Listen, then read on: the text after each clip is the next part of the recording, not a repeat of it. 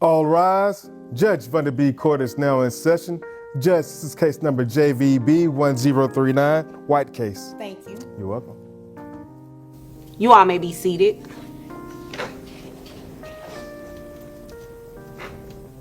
Mrs. White, what brings you here today? Well, Judge Vonda, nice to see you again. You look beautiful. The courtroom doors swing open, and in walks a familiar face, Mrs. White, standing once again before Judge Funapie. But this time, the tables have turned.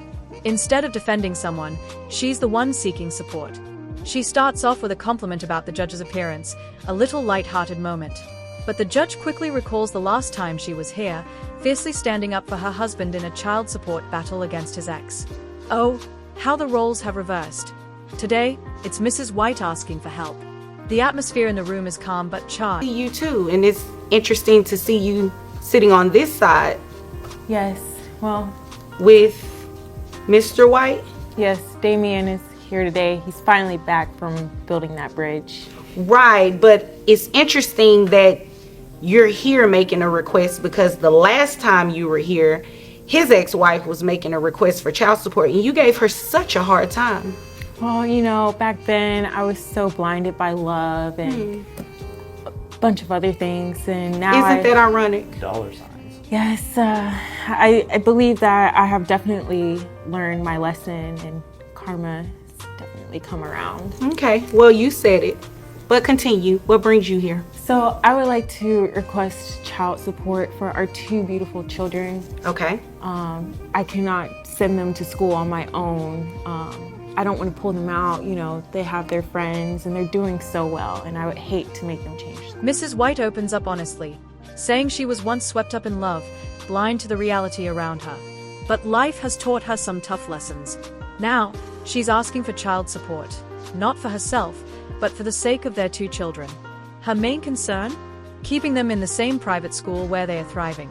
She's not just fighting for money, it's about consistency, stability, and giving the kids the best chance. But Judge Funapie doesn't dwell on the emotions. She cuts straight to the point.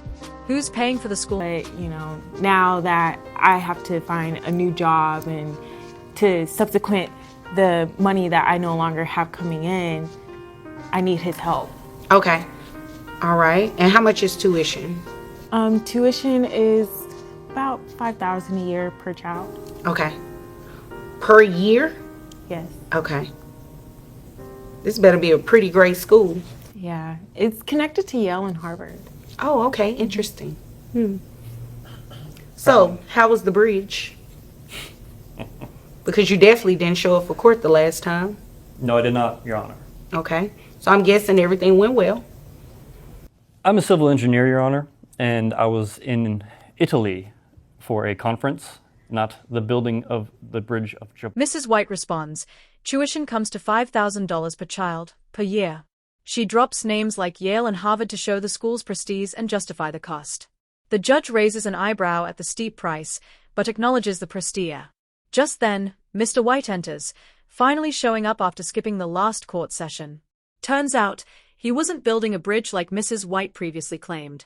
Instead, he was attending a civil engineering conference in Italy. Classic courtroom twist, what she said versus what really happened. Oh, okay.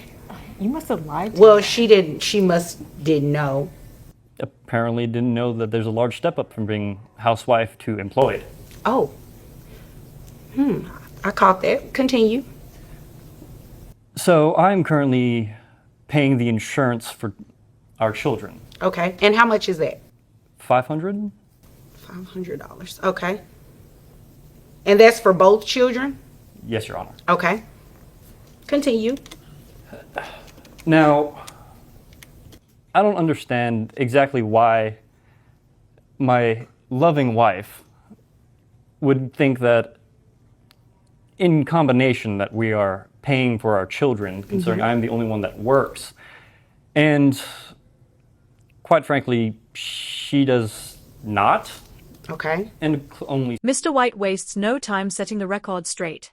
He calmly points out that he's the one bringing in the income, covering insurance, and footing the majority of the bills, while accusing Mrs. White of being more of a spender than a supporter.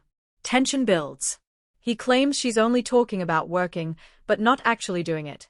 As the back and forth intensifies, the judge steps in, cutting Mrs. White off mid-interruption and reminding her to let him finish. It's becoming clear, this isn't just about money. Judge Funapie. That's Okay. not true. That's not true. Ma'am, he's speaking. Okay. So you guys are going through a divorce. She now is getting ready to work because she's not working yet, right? From what I'm told, Your Honor, yes. Okay. And this tuition, is it accurate what she said? Yes, Your Honor. Okay. That's a pretty expensive school. But I mean, if, you know, it has its affiliations, I definitely understand. $500 for health insurance. And how many other children do you have? Just the one other with my ex-wife. Okay. And then you all have 2 together. All right. And I do have your child support amount. Giving you credit for the health insurance as well as credit for your other children. Your child support amount comes out to $1,390. Mrs. White tries to protest. That's not true. But the judge swiftly reminds her that Mr. White is speaking. Things start to come into focus. The couple is actively going through a divorce. Mrs. White, according to Mr. White, is not yet employed, though she says she's getting ready to work. The judge confirms this with a quick back and forth. Then comes the financial breakdown. Is the tuition figure accurate?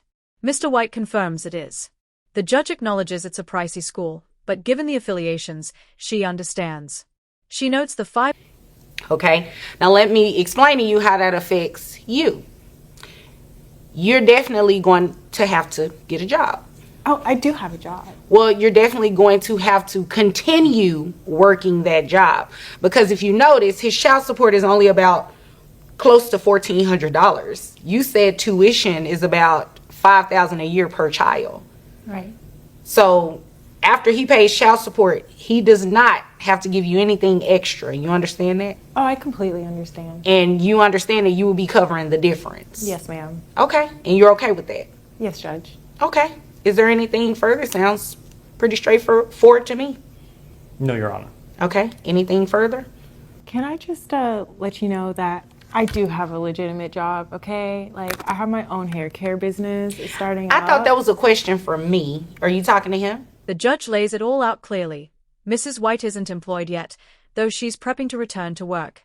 In the meantime, Mr. White is covering $500 a month in health insurance and supports 1 child from a previous relationship in addition to the 2 he shares with Mrs. White. After reviewing everything, the official child support amount lands at $1,391 per month. Mrs. White quietly agrees, nodding along, but the judge isn't finished yet. Now comes the part where she clarifies exactly what that amount does and doesn't cover. Well, I'm just letting both of you know that I do have a legitimate job. Okay, you great. know, and it's doing Congratulations. pretty well. That is wonderful. Anything further? No, Your Honor. Okay, if there's nothing further, you all are dismissed.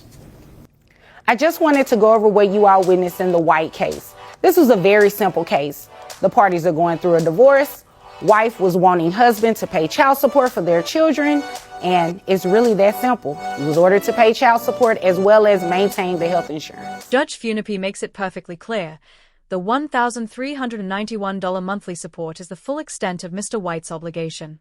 That's it.